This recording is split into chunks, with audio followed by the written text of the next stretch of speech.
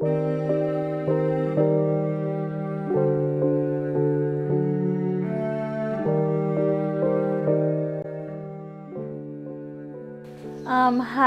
I'm Julia Stephanie.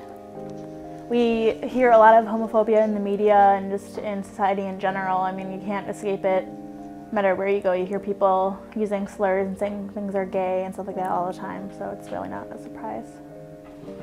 At the Impact program, we conduct research on the health and development of lesbian, gay, bisexual, and transgender individuals. But we also seek to do so specifically by focusing on strengths and resiliencies. In this particular study on the mental health of lesbian, gay, and bisexual youth, we use the developmental resiliency perspective. What this means is that although we ask questions about mental health, psychological distress, and victimization, we began with the question, what's working? What is protecting lesbian, gay, and bisexual teens as they develop into adults? And so we asked 625 lesbian, gay, and bisexual youth between the ages of 16 and 24 about psychological distress and victimization.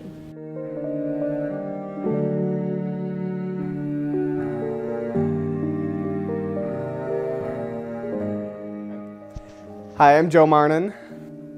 I don't find that statistic surprising, especially with the amount of bullying that goes on in high schools, and I think that that the level of homophobia and the lack of understanding is really pervasive throughout American culture, and it's going to take a lot to change that. But that statistic is, while not surprising, very alarming.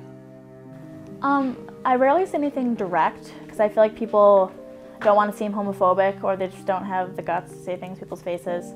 So I hear a lot of little snide comments behind people's backs, or just using slurs, or they say things that are offensive because they're just not educated on why it's offensive. They're just not aware of the issues.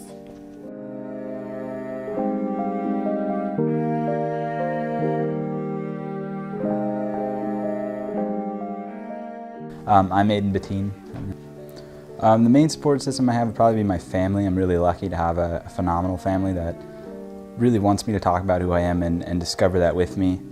But also the online community is probably the biggest support system that exists, especially for transgendered people. So that's the big one. The internet community, there's a really big YouTube movement. That's the most specific thing, where people are documenting their stories, their experiences, and the processes they're going through, so you can find people to connect with that have similar stories as you, which I think is awesome. I'm Heidi Cochran. I would say Boys Town in general, as a community, I love everybody there, friend or not, just acquaintance. My name is Amelia Menton, with 3 queer groups on campus. There's ACT OUT, which is the LGBTQA activism through education and communication, and then there's Spectrum, which is the advocacy group, and then there's Transformations, which is the gender identity group, which just formed and is amazing. And I think these support systems are absolutely necessary. I mean, these are where students go to when they're questioning themselves and they're trying to find individuals who are going through the exact same experiences. Yeah, I'm Kira, I'm a junior. I think it's really important because, especially when you're victimization, you really just feel alone. You're being picked on for one specific thing, or just basically just because you're you. So knowing that there's somebody who still likes you despite this thing, this problem, or they still care, they're still there. Someone actually gives a damn about you, which is good. My name is Rachel Oyola. I definitely think the main reason that more male youth are out is because the face of the LGBT population is a gay man. So I definitely think that's the reason that more men might feel comfortable coming out. But then there's also that idea of masculinity and how it's kind of looked down upon for a man to act more feminine, whereas for a woman to act more masculine, it's not as looked down upon. So I feel that's why more victimization, more bullying occurs towards gay men.